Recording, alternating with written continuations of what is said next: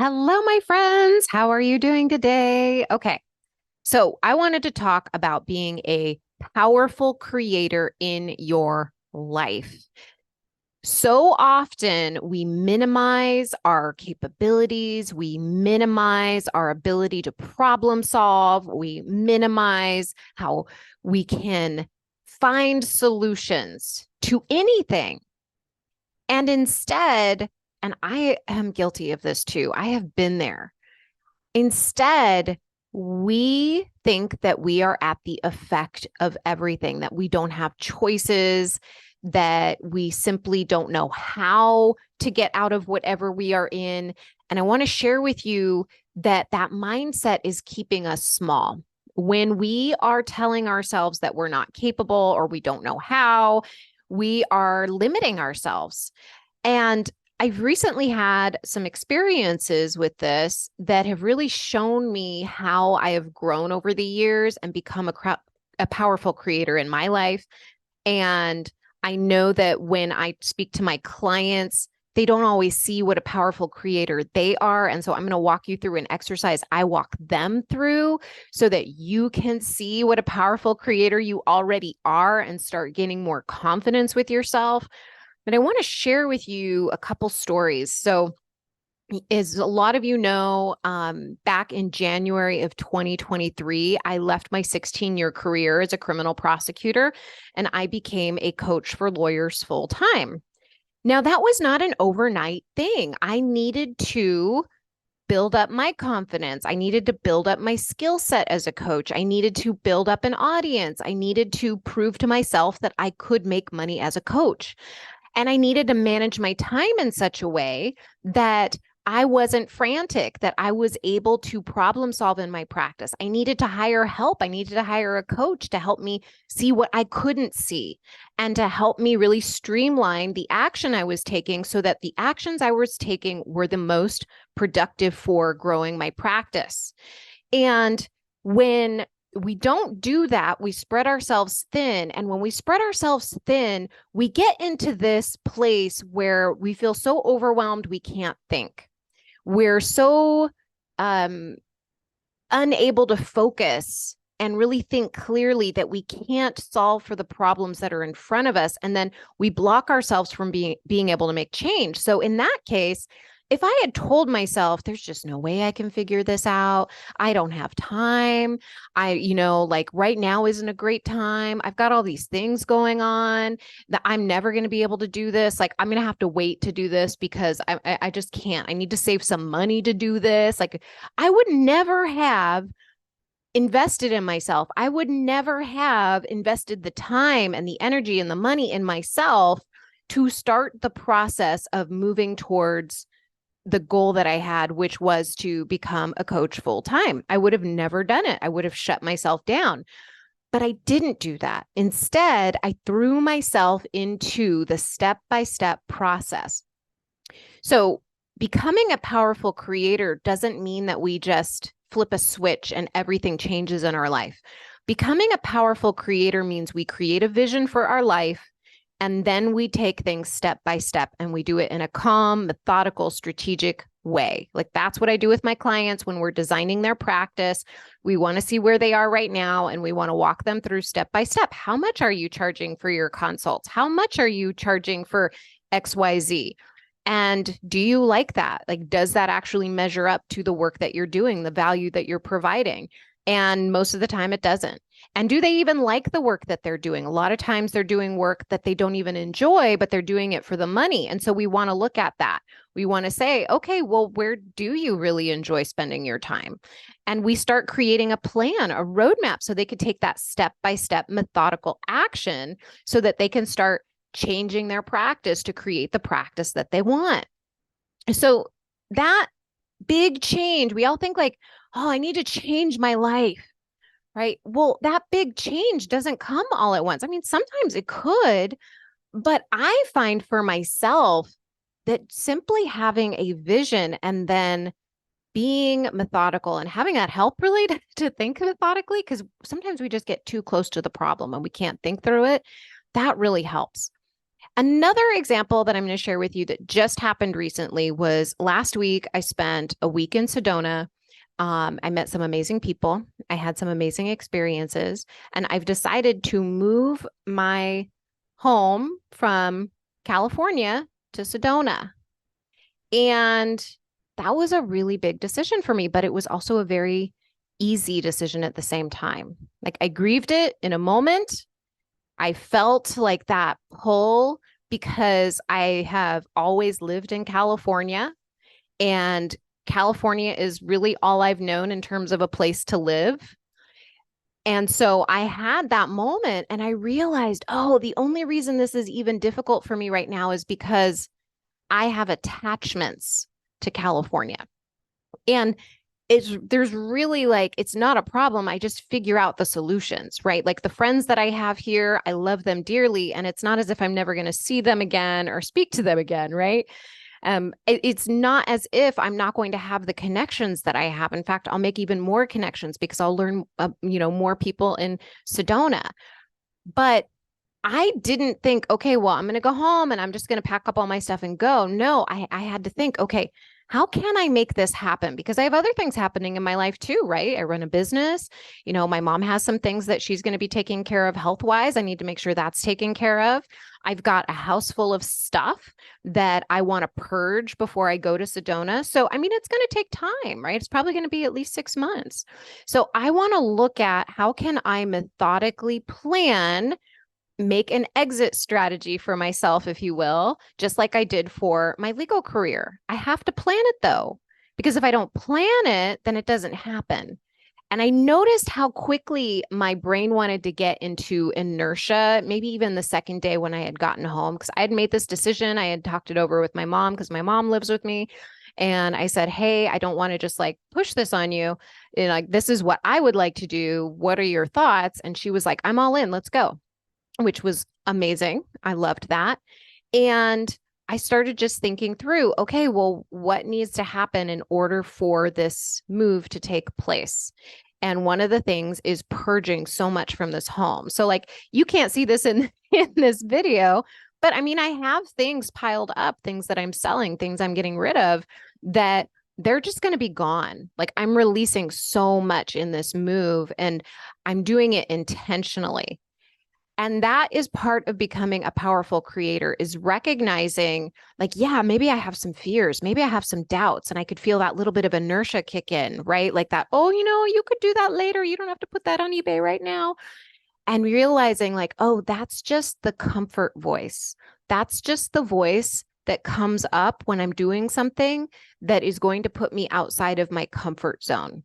So what I'm going through right now is a total purging of my life of 43 years here in California and now moving out to Arizona.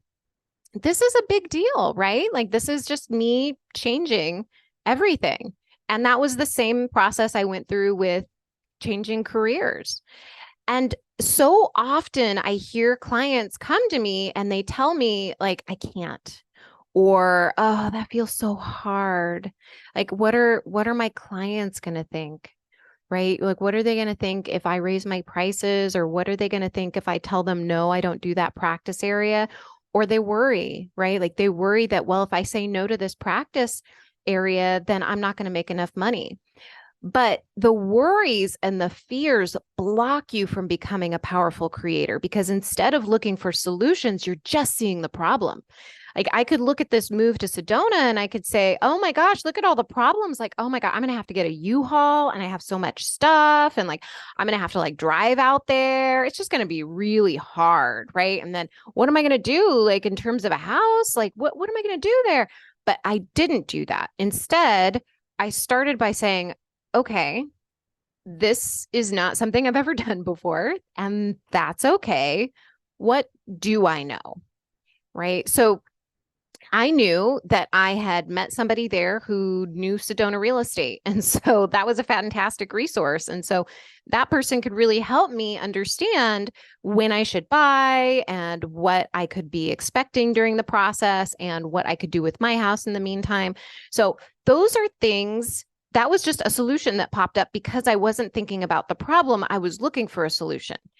And you'll notice that whenever you're looking for solutions, they come up, right? You just start seeing solutions left and right. You're like, oh, I could actually do this. I could actually do that.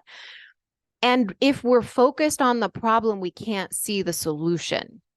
So once I understood there were no problems, there's only solutions, right? You've heard that phrase before.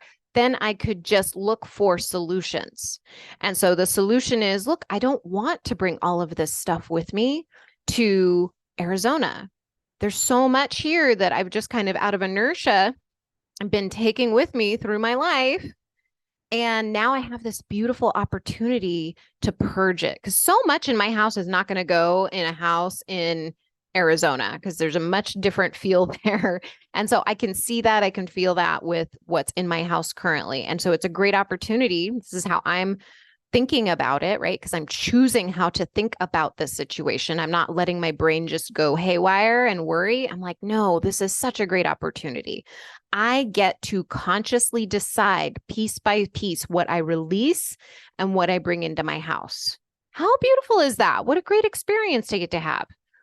And yeah, some of it is kind of hard. I was looking at my high school yearbooks earlier, and I was actually talking about with a high school girlfriend the other day about this, and she inspired me.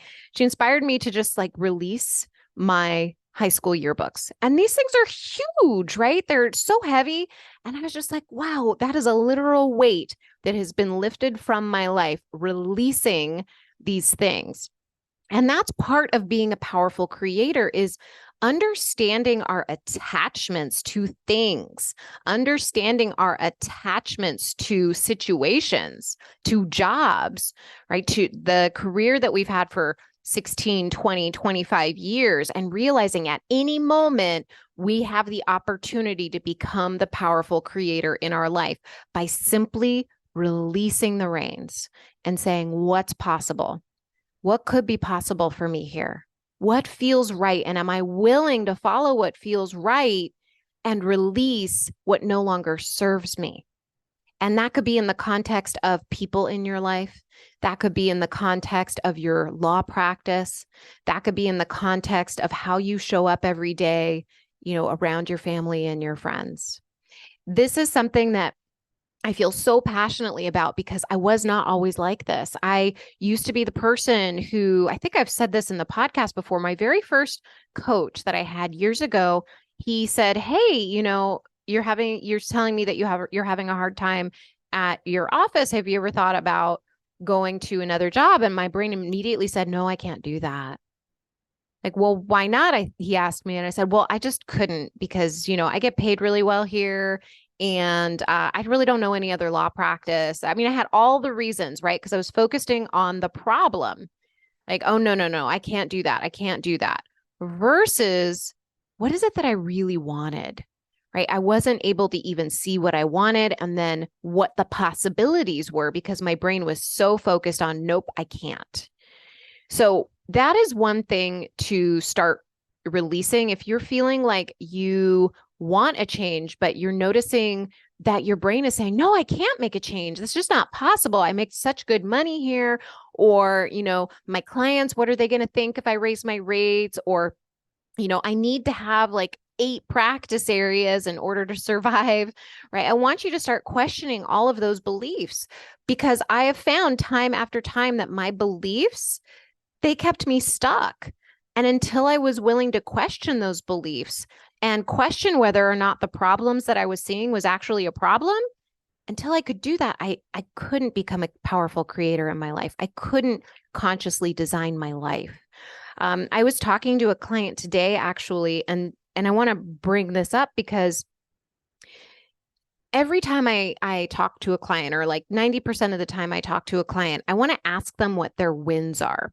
And so what a win is something that they have created in their life in the last week since we've talked. And the reason I ask them that question is because I want to begin retraining their brain to show them that they are a powerful creator. And this was a tool I learned from John Wooden because he would do these exercises with his basketball players at the UCLA campus to really solidify like the celebration, right? Understanding like they are powerful people. And when I do this with my clients, oftentimes what they'll tell me is something like, "Oh, I got I got a new client." Right? Let's give that as an example. I got a new client this week, or I got, the person, paid in full upfront. I say, that's great. Why is that a win? And they think it's because that the person paid in full or because they got the new client. So I keep pulling at them and I'm like, okay, well, how did you create that? Because remember, we minimize our actions and how they create our results. And when we understand that we are the powerful creator, the person who has the thoughts that generate the feelings that then influence the actions that generate the result, then we can start making quicker progress in our life towards the life we want to create. So when they tell me, hey, I created a new client this week, I closed this case this week, it was a really big deal, I ask them how they created that. And I can get them to the point where they see, oh, like I really believed in myself enough to raise my rates, and I believed in the value that I created for my clients. And I kept showing up even when I didn't feel like it. And I was scared to tell them that price, but you know what? I said it out loud and I stayed uncomfortable in my body and I didn't discount my rate and they paid in full, right? I did that. And it's so important that you recognize how you create the results you have in your life, because that's what creates power. That is the powerful actor in your life. And until we really solidify that in ourselves, we can be in victim mode. We're always in reaction mode to what other people say, to what other people we think other people think about us, to what we think is going to happen, versus just deciding what we want and making it happen. It doesn't have to be all at once. Let's, take our lives and let's flip it all upside down. We don't have to do that.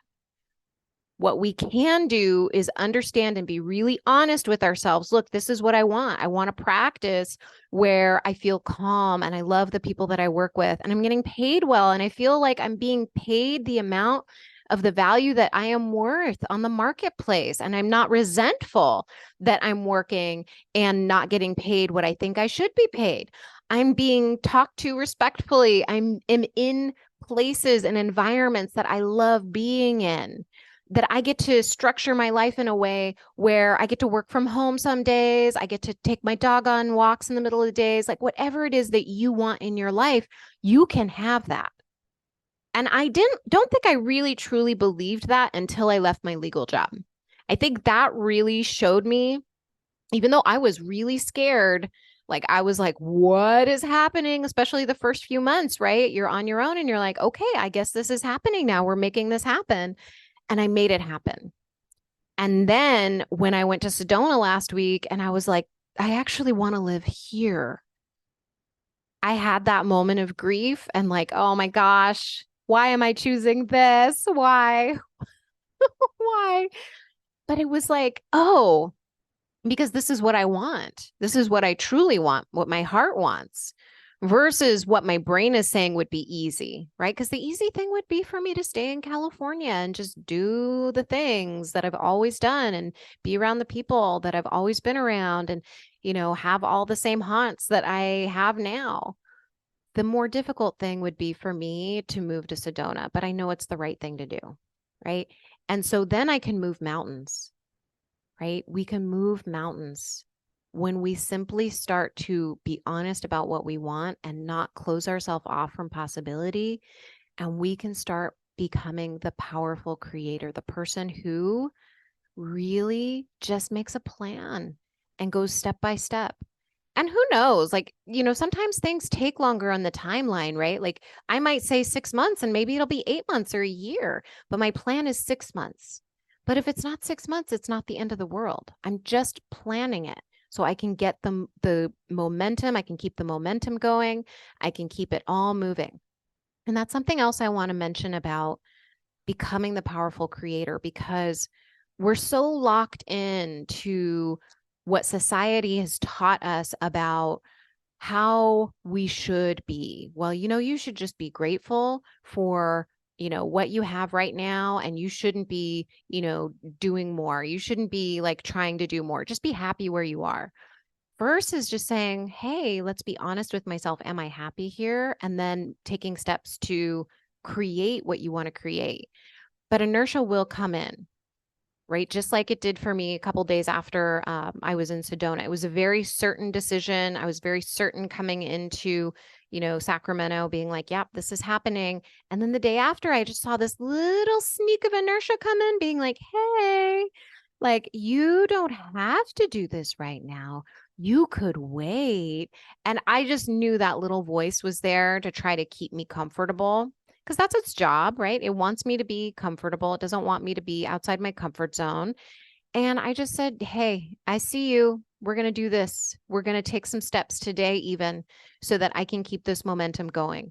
And that's what I've been doing every day since I've been back from Sedona, is I've just been taking one step at a time, taking a few things out here and there, putting some things aside, just making sure that I'm showing myself day after day that this is important to me, that this matters, that this is something that I want. And when I do that, I stay in creation mode.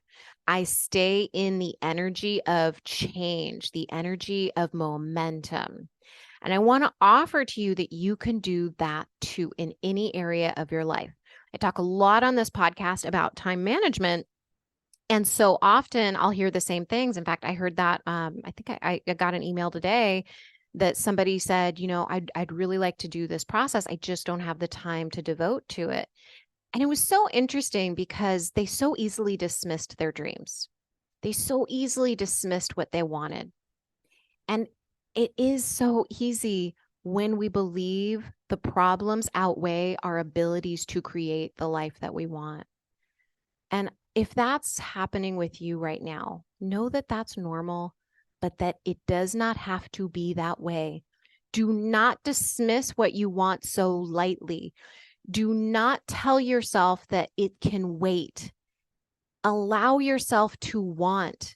Allow yourself to be in that mode of creation and to think about what you want, to dream about what you want, and then make it happen.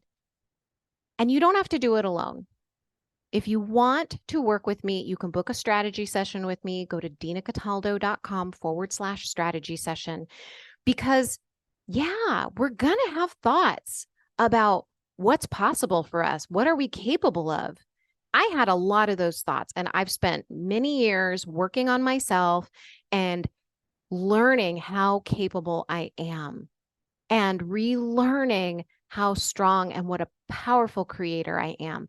And I get to put that in practice with these big things.